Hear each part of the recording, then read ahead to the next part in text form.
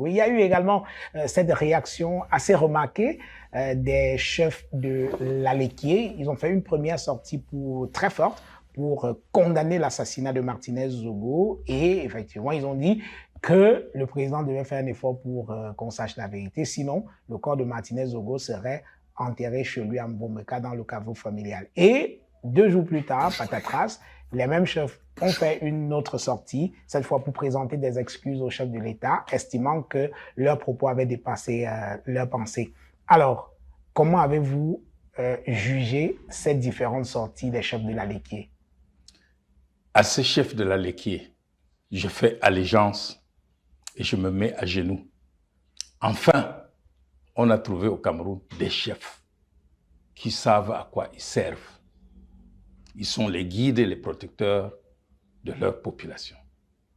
Si les autres chefs avaient osé faire ça, si les chefs du nord-ouest et du sud-ouest s'étaient levés une seule fois pour dire au pouvoir, faisons la paix, que font nos enfants en prison, que font ceci, on n'en serait pas là. Et qu'est-ce que vous faites de leur rétropédalage? J'y arrive. Oui. J'y arrive, monsieur. Quand on m'a arrêté ici, dans cette maison, avec une personne qui représente aujourd'hui l'espoir de tous les opprimés, Kamto, on nous a gardé presque un an. Vous avez entendu qu'un chef de l'Ouest est venu nous voir? Ils ont bu leur champagne en disant, ils cherchaient quoi? Hein? Nous, on est là, on est tranquille, le gouvernement est bon. Pour une fois que des gens viennent en plein jour, là où le crime s'est passé, et dire, nous condamnons. Et ce que vous avez fait, vous paierez. Et nous pensons même que ce corps ira chez vous. Le corps de Martinez Zogo n'existe même pas, il est tellement mutilé que c'est son esprit qui va aller habiter là-bas. Alors, ils ont justement dit qu'ils n'acceptent pas les asticots. Oui, mais laissez-moi le matériel là, parce que le corps là est devenu un objet. Mais c'est l'esprit de Martinez Zogo qui va aller habiter chez eux, qui va les hanter tous les jours. Et puis, vous connaissez rien à la tradition. Même ceux qui passent là à dire qu'ils sont chez eux. Moi, je suis 9 notables. Donc, nous sommes des gens qui avons de la double vie. Et nous gérons la tradition et les hommes. Quand tu vas au marché, tu pètes après avoir mangé du gibier et tu fuis. L'odeur vient avec toi. L'odeur reste là où tu as pété. Ces chefs ont pété. Et quel que soit ce qu'on va dire après, le fusil sur leur tempe, ça n'a pas de valeur. D'ailleurs, ce que vous appelez rétropédalage, ça s'est passé où? Dans leur chefferie. Ils ont été invités par... Mais c'est un individu qui se protège. Le ministre Donsoumet.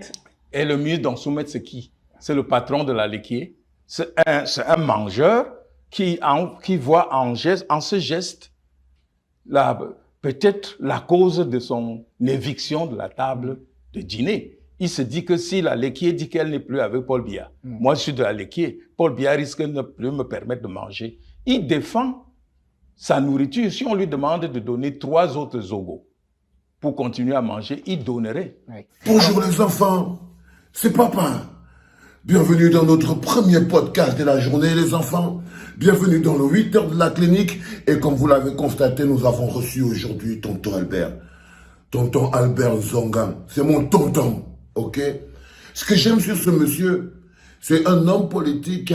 Quand un homme allie sagesse et politique, la grandeur ne peut être qu'au bout. Concernant les chefs traditionnels de la Léké, tonton Albert Zongan nous donne une leçon claire. Et je vous dis qu'elle se traduit à une chose. Quand vous mangez le gibier, vous savez, j'ai vu des gens s'acharner sur les chefs traditionnels de la Léké. Aujourd'hui, je sais que si jamais le Cameroun doit subir un mouvement, ce mouvement partira de la Léké. Parce que c'est mon sang qui coule là-bas. Parce que c'est mon énergie, c'est ma force. Parce que je sais que mes frères de la Léké ressentent l'énergie du général. Je sais que vous êtes fiers. Et je sais que vous attendez juste le bon moment et j'attends aussi. Je sais que je peux compter sur vous, population de la Léké, parce que je sais que le sang qui coule là est le même qui coule dans vos veines. Je sais que le cœur qui bat ici est le même qui bat dans vos veines. Je sais que les tonnes qui sortent de ma bouche, le manguissa, le colon qui sort de ma bouche, est le même qui sort dans vos bouches. Je sais que vous savez reconnaître la grandeur et vous savez. N'Angoulé-Maud ne raconte pas les mensonges. N'Angoulé-Maud à N'Angoulé-Maud. Ce que vous écoutez, tonton, le vieux tonton avait dit que quand tu as mangé le gibier, il faut comprendre bien. Quand vous avez mangé le gibier, et que vous mangez, et vous pétez au marché, c'est que tu fais un broute au marché, après avoir mangé le gibier, c'est l'odeur, et que tu quittes maintenant le marché, tu pars, l'odeur part, et que l'odeur te suit, non, l'odeur reste au marché. C'était pour dire que les chefs de la Léké ont chargé leur énergie. Ils sont partis sur où on a déposé la dépouille de Martinez et ils ont pété. Ils ont pété la soif de justice des États de Manguissa et de tout le peuple camerounais. Ils ont pété la colère du peuple. Ils ont pété la colère de la famille. Ils ont pété, ça a senti mauvais. Ça a senti mauvais. Ils ont fait un brut qui a senti tellement mauvais que celui qu'on appelle Ndong Soumet, élite de la Léké. Et vous savez, quand on dit élite de la Léké, ça veut dire usurpateur. Usurpateur. Donc le Ndong Soumet, c'est un usurpateur. C'est les gens qui salissent la noblesse des gars de la Léké. C'est des gens qui ne représentent en rien la grandeur de la Léké. Ils ne représentent en rien les Ndong Soumet, des gens comme ça, là, les Ndong Somba et tout. La Léké est plus grande que ça. Parce que la Léké a aussi des gens comme les Valsero. Parce que la Léké a aussi des gens comme les Jipou, les Wifri des Kaka. La grandeur fait cher. Et ils essayent de vous faire croire que la Léké n'est constituée que des petits rampants odontolistes qui sont là à Paris, là, qui passent leur temps à raconter. Non, la Léké, ce n'est pas que ces zozos-là. Si on rentre au Cameroun, vous savez très bien que, par exemple, celui qui vomissait sa rage, on m'a donné cette vidéo, je l'ai rechassée très rapidement à Senankou. Si celui-là, si on parle d'abord dans la Léké, mais celui-là, même au champ, il n'a pas sa place. Donc, tonton Albert a remis les chefs de la Léké dans leur bon droit. Il a dit que non. Quand le chef a pété, il a pété. C'est l'odeur là qui a fait que le Ndongo Soumet, il sorte. L'autre ministre qui veut dire usurpateur, pour menacer, pour envoyer un message à Boma, pour faire comprendre que non, c'est l'odeur. L'odeur, c'est l'odeur du brut des chefs traditionnels au niveau du village. Excusez-moi. Au niveau du village. Et ce que tonton Albert ressort encore de plus fondamental, qu'on doit mettre à l'actif des chefs de la Léké. Je vous ai dit, ce peuple-là, il est beaucoup plus grand que ce qu'on essaye de vous montrer. Moi, je vous dis la vérité, hein, les gars.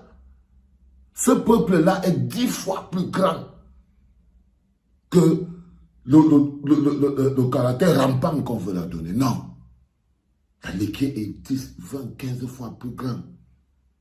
Les gens qui sont là-bas, on nous appelle Bingbem. On nous appelle les Ingbem, les Bingbem. C'est nous, la Léké. C'est comme ça qu'on nous appelle. Et ces gens qui essayent tous les jours de nous rabaisser, ils ne vont pas réussir. Ils ne vont pas réussir. Pas du tout. On est comme tous les autres peuples du monde. Et là, tonton Albert Zongan vous sort quand même quelque chose. Il dit, nous, on a été arrêtés. Lui, tonton Albert Zongan, fils de l'Ouest. Le président élu Maurice Kamto, une sommité, celui pour fils de l'Ouest. Arrêtez chez tonton Albert. Tonton Albert vous pose une question simple.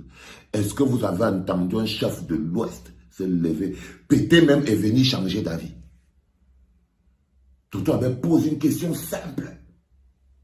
Est-ce que vous avez entendu les chefs de l'Ouest péter et venir changer d'avis? Non. Ils ont fermé leur bouche. Ils ont fermé leur bouche, occupés à manger. Donc, le plus important, les enfants, c'est que ne versons jamais le bébé avec l'eau du bain, surtout en cette période où on a besoin d'être le plus mobilisé possible. Parce que ce qui se passe là, Ça peut tourner. Il est important que vous compreniez que c'est le mouvement que le peuple fait vers la libération qui fait bouger tout ce que vous entendez là. Nous tenons le bon bout. Et le plus important, c'est de maintenir le bon bout. C'est de maintenir le bon bout. Les jeunes de la Léké n'acceptent plus de se faire insulter. Pas du tout. Que ce soit par leurs élites, que ce soit par leur père, que ce soit par leur grand-père. Non, les jeunes de la Léké, aujourd'hui, n'obéissent plus. Aujourd'hui, ils sont libres. Ils sont libres de briller. Ils sont libres d'être grands. Les prisons des élites, c'est fini tout ça. C'est fini les enfants. Et c'est ça que le pépé et tonton Albert essaie de faire comprendre dans d'autres lignes. Je vous ai dit, Minbombiton, faites très attention. On a une responsabilité énorme dans ce qui est de libérer tout le pays. Comme tous les autres, on notre pas, nous ne sommes pas les complices. Vous avez mangé avec eux. Mais il dirait, bon, vous avez mangé avec eux où? Vous n'avez pas mangé avec eux. Ceux qui ont mangé avec eux vont partir avec eux. Ceux qui ont mangé avec eux vont partir avec eux.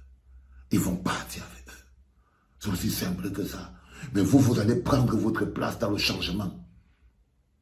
La Léké va prendre sa place dans le plan du changement comme tout le monde. Parce qu'il y a votre place dedans. Allez les enfants. Quand je me lève, c'est que quand il dort, ça c'est le poème. J'ai mangé le poème le matin, hier, avec le sanga. Donc c'était le sanga, le poème avec le maïs. Ça m'a rappelé le pays. C'est-à-dire que vous ne pouvez pas savoir, chaque bouchée de poème, avec le sanga, tout ça là. Du coup, je parlais, ça m'a étonné toute la journée, les gars. Si je vous aime de tout mon cœur, la famille. C'était le premier podcast de la journée, c'était le 8h. Et je vous donne rendez-vous tout à l'heure parce qu'on a rendez-vous avec deux petites filles que j'aime beaucoup. Et je ne sais pas ce qui leur arrive. C'est l'autre fille qu'on appelle Béatrice Doudou. Et l'autre fille qu'on appelle Manouchka 237. Donc allez les appeler. Là qu'elles ont rendez-vous avec papa. Un deuxième podcast de la journée, s'il vous plaît. C'était papa.